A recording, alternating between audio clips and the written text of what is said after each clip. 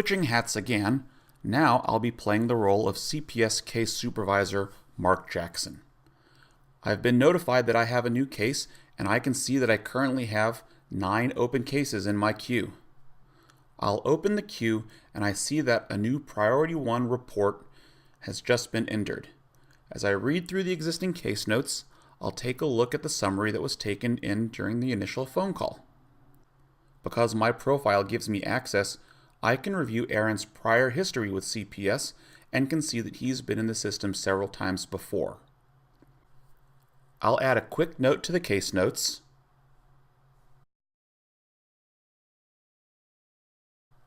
and then on the Summary tab, I'll assign this to one of my investigators, Lowell.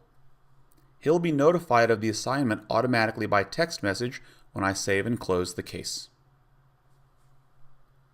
Changing hats again, I'll be playing the role of CPS Case Investigator Lowell Knighton. I just received a text notification that I have a new case, so I'll log into the VitalChild System to review.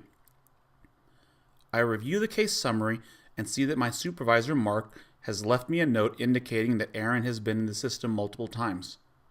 It's time to create a plan of action, which details how I plan to approach the family and what questions I intend to ask.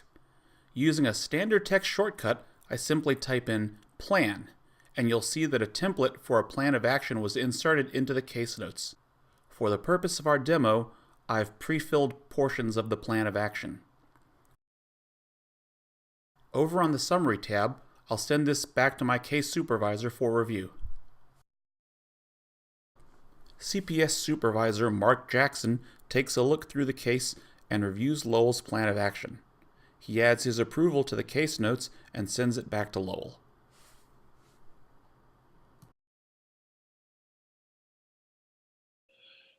It's time for Lowell to begin working on the case. I'm not always in the office, so I am using the VitalChild application on the go from my tablet.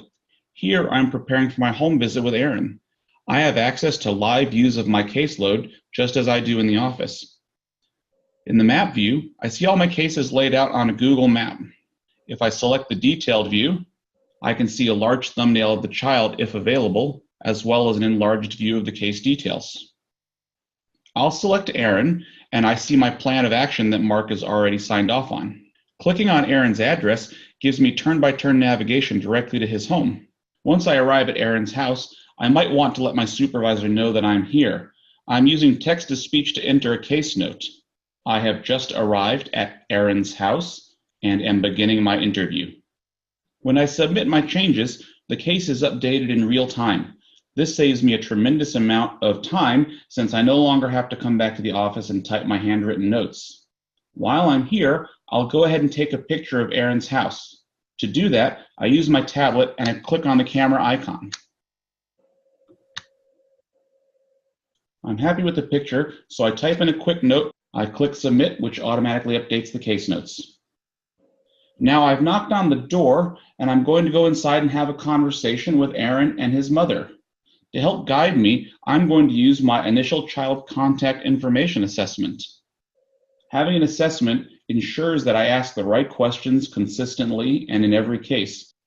For example, you'll notice that the questions are dynamic, so if I answer in a certain way, I'm prompted to fill in additional information. So this way, the assessment gives me the right amount of information at the right time and ensures that I ask and receive the proper information. Moving through the assessment on my tablet, I'll slide down and get to the next page of the assessment. This particular section of the initial assessment deals with child endangerment. So if I answer it in a certain way, or if a child confirms to me that they have been abused physically or sexually, or there's drug or alcohol use present in the home, then certain steps can be taken. For example, I could have the interview automatically set a priority on my case or notify my supervisor. Now that I'm done interviewing Aaron, I'll move ahead and do a quick assessment of the home.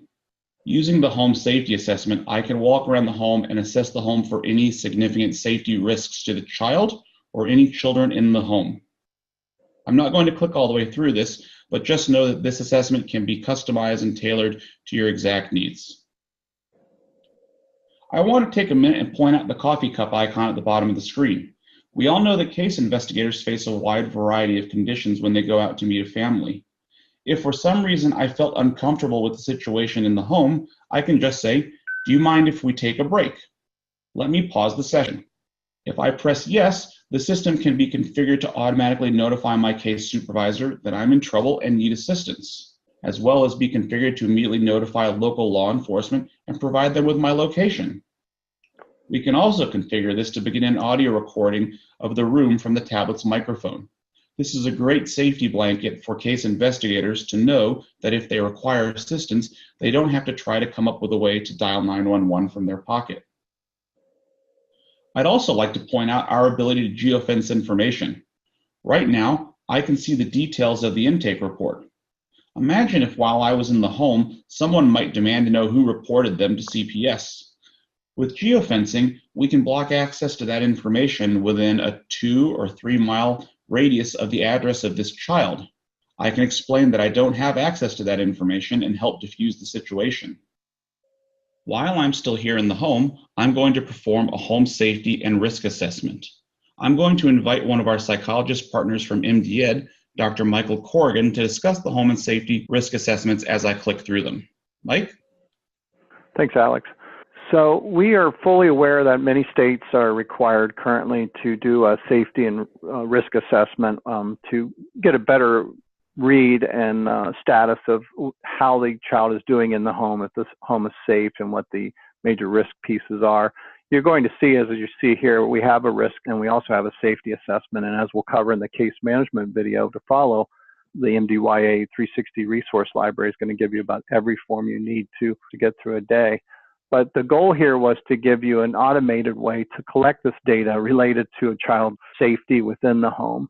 And then also to perform a risk assessment. And you can go through, and please know, a lot of this information, once it's been entered, it'll be pre-populated. So it'll save the case manager or social worker or investigator a lot of time to do this. But we're able to enter all the information we need, figure out how many kids are in there, what they're dealing with, what type of situation they're in. We can collect anything that you want. This is a pretty comprehensive form, and we built this based upon a number of different forms being used throughout the country and adding in some more analytical pieces, because what we're trying to do is give you operational and predictive analytics in the future that allow you to provide your workforce with the ability to see an automated electronic recommendation as to what should take place with this child. Whether it's a new caseworker or a seasoned caseworker. And what you end up with at the end is an abuse score and the risk level, and a neglect score and a risk level, and a recommendation on what should take place. So we just want you to know that we have risk and safety assessment pieces built into this, and we can customize them and tailor them to whatever your state would like to use. As Alex shown here, we can get signatures on location based upon these as well. And now I'll hand it back off to Alex, and he can tell you what to take place. Great, thanks, Mike. So I'm finished here in the home, and next I'd like to walk across the street and interview some of Aaron's neighbors to get a little bit more background on the family. To do that, I would use the collateral information assessment here. I'm not going to click through that right now in the interest of time, but just note that, again, I can click through any assessments that are necessary during my home visit.